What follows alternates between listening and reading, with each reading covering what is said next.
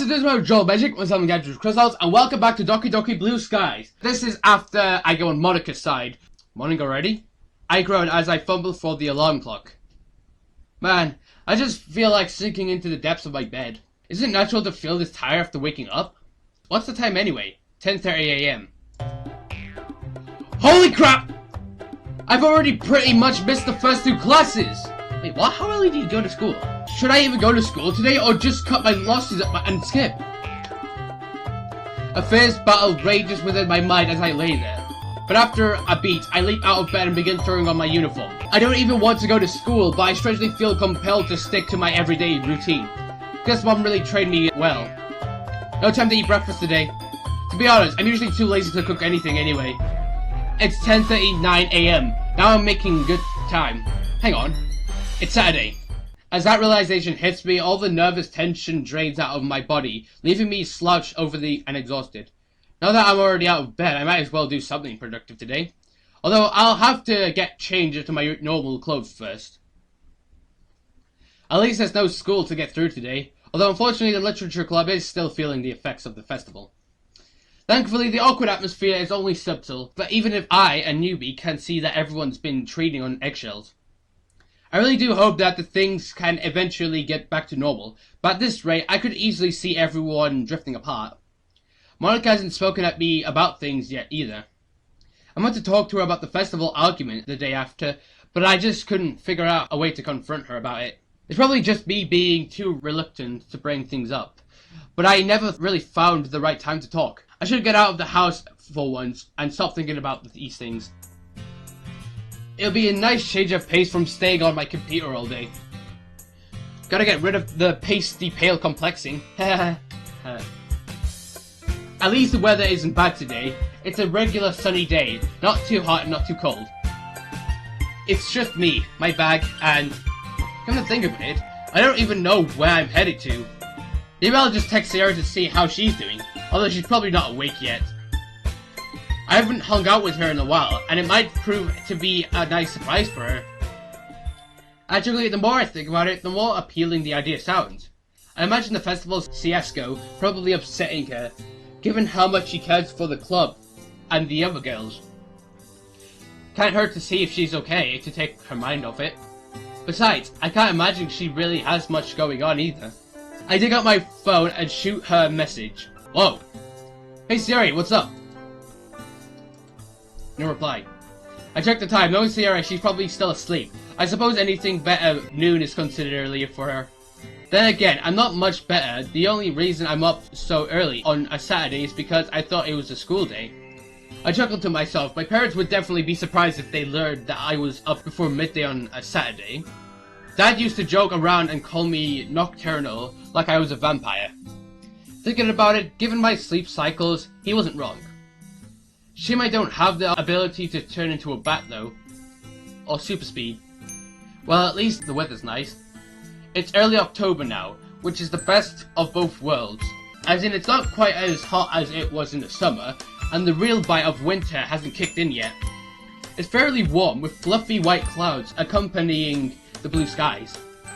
Perching down on a bench, I aimlessly flick through my phone while I await Sarah's reply. Finally, my phone goes off. Hi, Quibble! Sorry about the delay! I just woke up! LOL! Call it.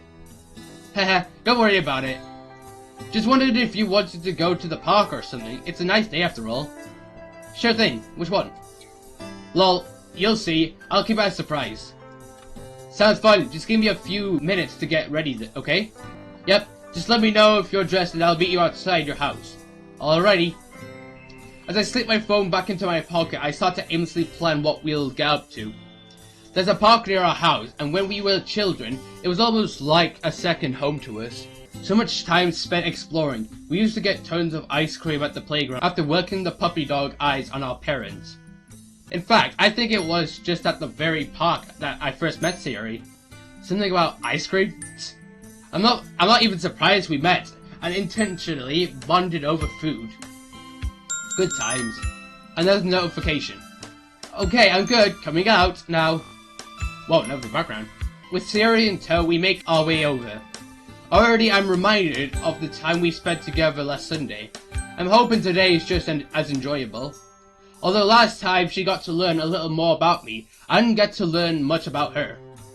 Well, in time we've been apart, I've got no idea about how she's finding school, what her interests are, her plans for the future, all that stuff. So, I know you said it's meant to be a surprise, but can I get a teeny tiny hint?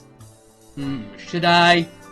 Please! After all, it's super early! I checked my watch. It's 11:30. Sari, it's almost noon. Yeah, super early! I mean, she's not wrong. I suppose you got a point. Alright, I lean inconspicuously. This is super top secret stuff. Understood, Agent! If I gave you the code name, Childhood, where would you think? She scrunches up her face, fiddling with the strand of her hair in her hands. Oh, I know! Is she going to get it on her first try? I'll be mighty impressed. You're not taking me back to the elementary school, are you? Well, that hope got shut down. I couldn't help but sigh. No, but a try. I'll give you another hint. Do you remember where we first met? Wasn't elementary school, was it? If you say that one more time.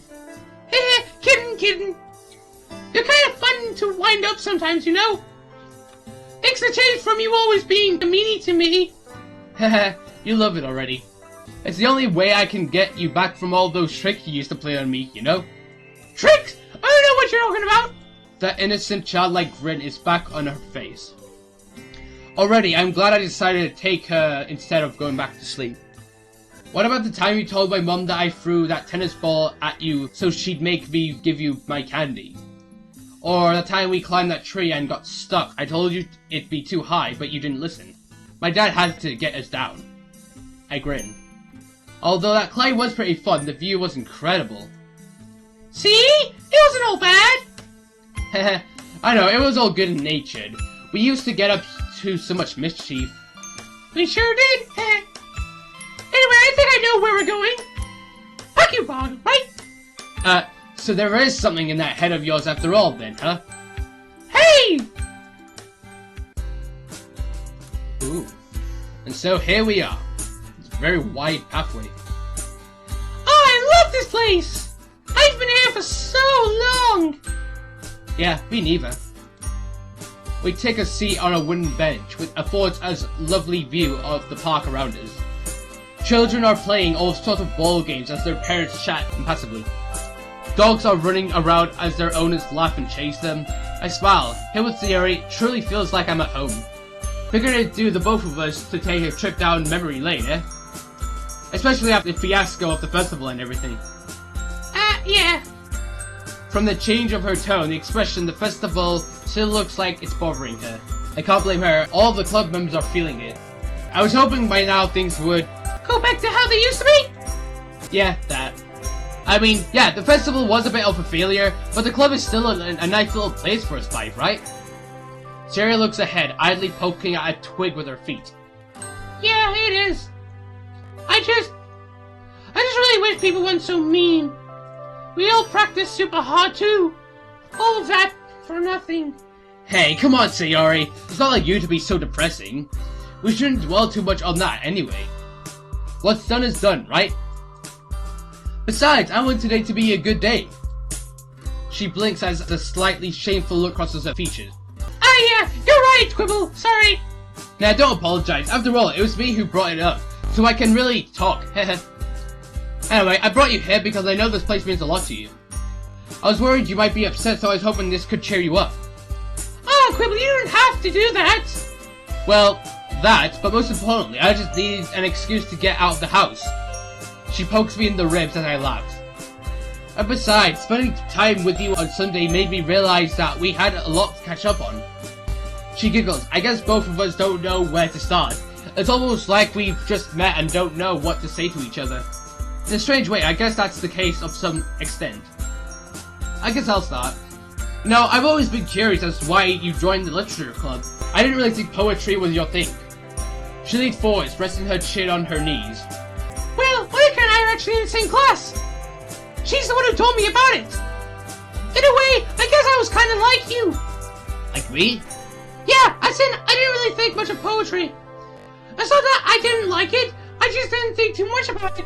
But as I joined, and Monica told me more and more about literature, about how poetry can be really nice, a way to express yourself. I loved it! Everyone can write poetry, and that's what I really like. It doesn't matter who you are, what your interests are, or how good you are. There's something for everyone. Interesting. Yuri, Monica, and Sayori all appreciate poetry for different reasons. I get the sense that Yuri likes poetry as it gives her an opportunity to express deep, complex stuff. Monica seems to be on a similar wavelength to Yuri, but I think she prefers abstract stuff more. Then again, I guess Yuri also uses a lot of abstract themes in her poems. Who knows? I'm still an amateur. Sayori notices my chuckle. What's up? Nothing. I was just thinking about how everyone in the club seems to appreciate different things in poetry. What else? Sayori has a faraway look in her eyes as she asks the next question. I remember, we used to think alike in so many ways. Like when we used to look at the clouds. We'd see a lot of similar things in the sky. So I wonder, do we still do that? I grin. I had totally forgotten how much we used to enjoy cloud watching back in the day. Even time I remember something more from our childhoods. It brings back a smile to my face. Cloud watching perfectly captured that innocent, carefree essence of nostalgia. I had totally forgotten about that. We really let our imaginations run wild, didn't we? And the best thing is, it worked. Yeah, clouds are so cool like that. How about that one? Oh, blue skies. She takes my outstretched finger in her hand and points to a specific spot. Aha! I can see that one now. That one looks like a fish. Oh, it's too small! Look at that one! Kinda looks like a little frog.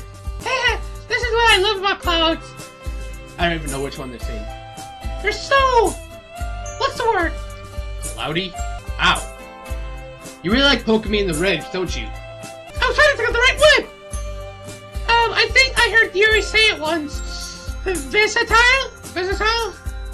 I think that means that something is... I forgot! Well, it sounds like it fits! Yeah, I'd say about that's right. Pretty cool how different people see different things when looking at the exact same one. I wonder what the other girls would see. Fluffy kittens for Natsuki and something spooky with Yuri. You've really known them well, huh? What do you think Monica would see? Piano? I mean, you can't interpret a cloud however you want, right? I'm just thinking of stuff that reminds me of her. Well, I'm happy that we still cloud gaze the same way. Yeah, that makes the two of us. I was kind of worried that maybe we'd, I don't know, drifted too far apart. So much that we'd be totally different people. But that doesn't look to be the case. Yeah! By the way, Quibble, I've been meaning to ask you, how are you doing in school? Gee, Siri, that's a kind of boring question, don't you think? Don't try and worm out of this, mister. I still worry about you, you know. I just wanted to know you're doing fine, that's all. That's nothing to worry about. I'm doing just fine. You sound a bit more like Mom. I can't tell if that's a compliment or an insult. A mystery will take it to our graves, eh? Her subsequent prout makes me chuckle. If I got you a popsicle, would that make you less pouty with me? You think you can change my mood with food, huh? Depends on the flavor. Mental note to self. If Sayori is ever actually annoyed with me, just get her something sweet. Who knows when that information will come in handy later. The more I think about it, perhaps I was wrong to worry we'd have changed too much. Ooh, forest. After all, I'm pretty much still the same person. 6 or so years isn't that much time, I guess. One thing that hasn't changed is how much she loves to explore, and how much her imagination accommodates that. Forests weren't just forests, they were part of magical land, inhabited by an array of mythical creatures. Beaches weren't just sand and sea, they were a tropical paradise, home to countless happy childhood memories. Searching for crabs, aimlessly splashing in the sea, checking out hidden coves. Sari could even transform our homes into something they weren't. We used to jump from sofa to sofa, chair to chair, pretending that the floor was lava. That game never got old, and I'm pretty sure every kid on the planet has played it too. You know something, Sayori? She's slightly ahead of me, ducking under a tree branch. We're now in the forest part of the park.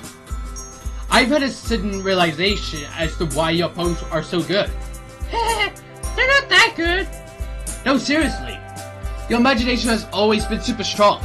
All those games we used to play as children. You were always part of your own little world. And it shows in your poems. I'm glad you picked up on it.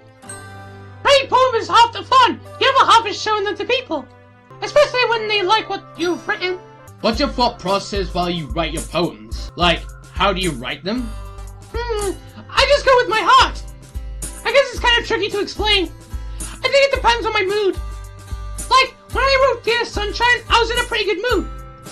More like you were just hungry, given you wrote it while you were eating breakfast. I was in a good mood because I was eating breakfast. Anyway, so with bottles, I guess I was thinking about how much I want people to be happy. So that's the answer to your question. It just depends on my mood and what I happen to be thinking about. I wonder how the others do it. Yeah, me too, actually. Would be kind of interesting to see how you all approach poetry.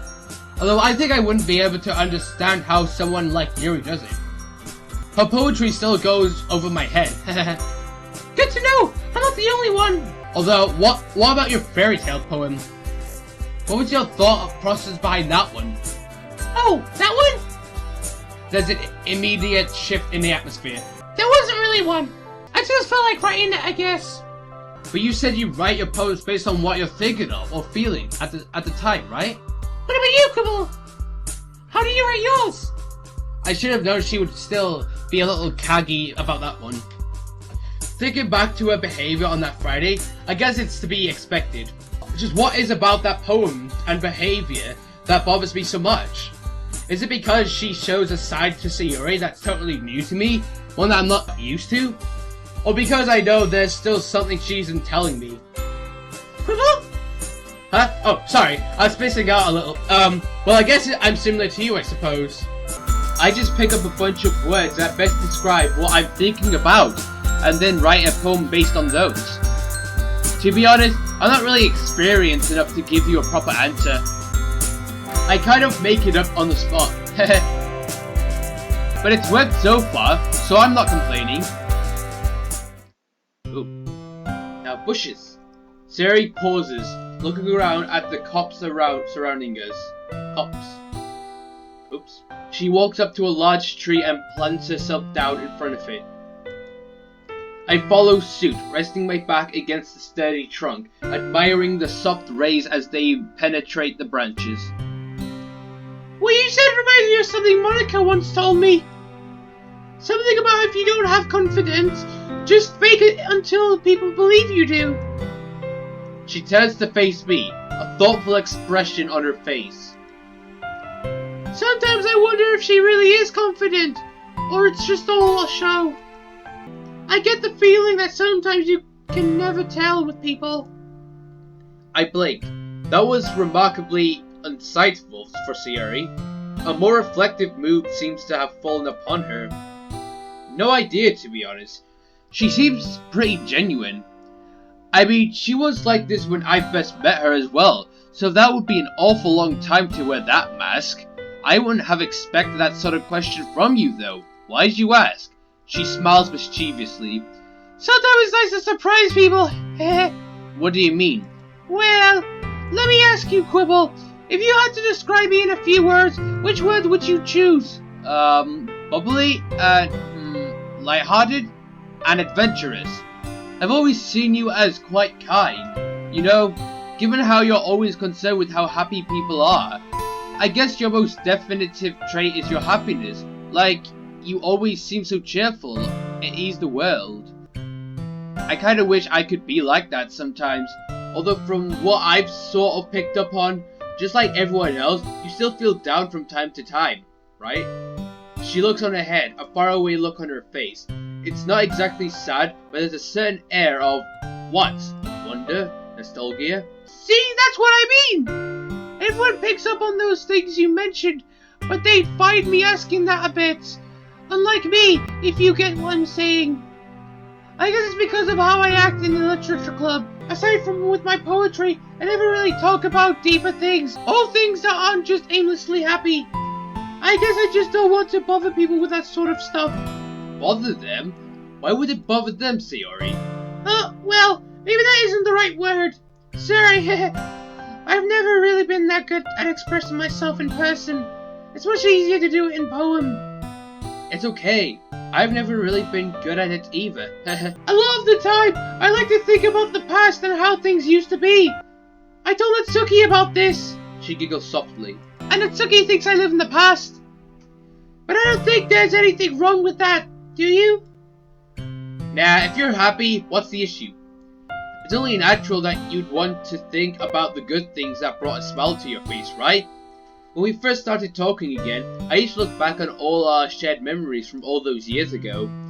From when we first met and bonded over ice cream, to me winning Mr. Cow for you, to helping you with homework. I remember our parents used to say we were pretty much inseparable. Everyone has their happy thoughts which keep them going, right? Stored away in bottles, eh? Of course! She sighs contentedly. Sorry, I didn't mean to bore you or anything. Bore me? Really, Sayori? You're sounding a bit like Yuri. I haven't seen this side of you before, and I really like it. As much as I enjoy our playful banter, it's made for a really nice change of pace. Besides, I always like talking to you. Thank you, Quibble. I worry about, well... Sayori, people are always going to enjoy being your friend, even if you're not super chipper all the time. It's okay, seriously, just be yourself, don't hide anything. I'll be here, don't you worry. I reach over and squeeze her hand, smiling grudgingly. Oh, are they gonna go with the KISS? Oh. Sayori noticeably fidgets, looking rather uneasy about something. What's wrong? Actually, there is something I could tell you. I don't know if it's a good idea, though. What if I feel like something bad is about to happen? My heart starts to race as a million questions start whizzing around my head. Is this about Fairy Tale? Her behavior on Friday? Some of the secret that's coming right out of the blue? Or is it about the game? Or perhaps something else entirely? The game! Sayori? Oh no. The truth is, Oh. If disappointment ever had a sound, it would sound like a ringing phone. Oh, okay. With a groan, I fumble into my pocket, glaring at the offending object, as if it knows it's responsible for ruining such a moment. It's my mother. Oh! I haven't spoken to her in a long time. In fact, the last time we spoke was before I joined the literature club. I'm really sorry, Sayori. I'm gonna have to take this. A strange smile is on her face. She shakes her head. No, it's fine. Don't worry about it. Oh! So that is Quibble's mum. / my mum. Not real life. Hi, Mum. Haven't spoken to you in a while. Hope you've been good. Oh, what voice can I give her? Quibble, sorry it's been so long. Work has been so hectic over the past few weeks. And there I was thinking you'd forgotten about me. Don't be silly. I always worry about you. I know, Mom. It was just a joke. Ah, you and your sarcasm. You must have got that from your father. How have you been anyway? Are you eating well? Exercising daily? Drinking lots of what? Whoa, slow down. I've been doing just fine. I've actually joined a club. Oh wow, that's wonderful. What kind of club is it? Literature, funnily enough. Poems and stuff. Sayori told me about it, and she's the vice president. I hope you stick with it. Yeah, I don't think the girls would forgive me if I left. Girls, you said? Uh-oh. Anyway, now is not really a great time as I'm just chilling with Sayori. You know, at the park you always take us to. Oh, you're with Sayori? How's she doing? We're having a catch-up session, actually. She's not changed too much. Anyway, can I call you back later? Kind of cutting her off right now. Of course, of course. I have the evening off, so we can talk then, okay? Sure thing. Before I go, you are remembering to eat, right? I roll my eyes, before realizing she can't see that. Yes, Mom! Of course I'm remembering to eat! What am I, going on a fast or something? Or do you think I'm 5? I can see Sierra giggling out of the corner of my eye. If I were you, I'd be more concerned about Sierra. Lazy girl can't even get out of bed.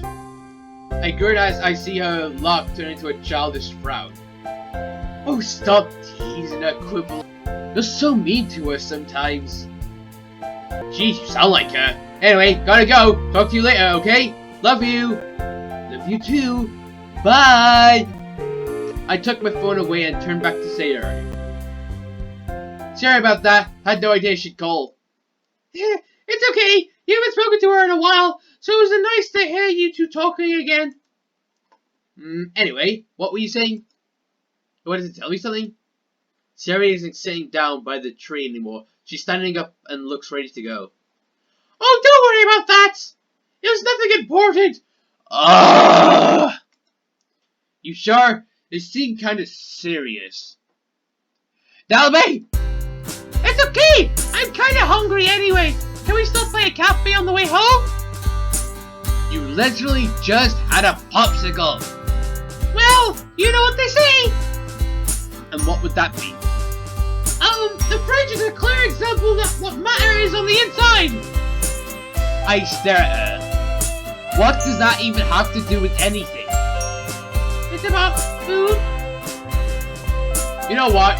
Let's just go and get whatever you want. We'll be here for a while if I try to understand what goes on in Sierra's head. Oh wow, it's nearly night. One tasty lunchtime meal later, Sierra's appetite is finally sated. It's getting to the late afternoon at this point. Hey Sierra, not that I didn't enjoy today, but I think I'm gonna have to call it there. There's a mountain of homework I haven't even started that's due on Monday. I don't think Sakurai is gonna be happy with me if it's late. Her face still has traces of chocolate all over it. She hastily attempts to wipe it off. Oh, that's okay! I probably should do the same! We've reached my house. Okay, well, I'll see you on Monday then. Have a good one. She waves cheerfully. Bye, Kumu! Thank you again for today! No worries. Sorry I ruined it with the phone call. You did! It's okay! I wish I could spend the rest of the day with her, but unfortunately my procrastination has caught up with me. What a fun evening this will be. Bing, ba, ba, bing, ba, ba, ba, ba, ba, la.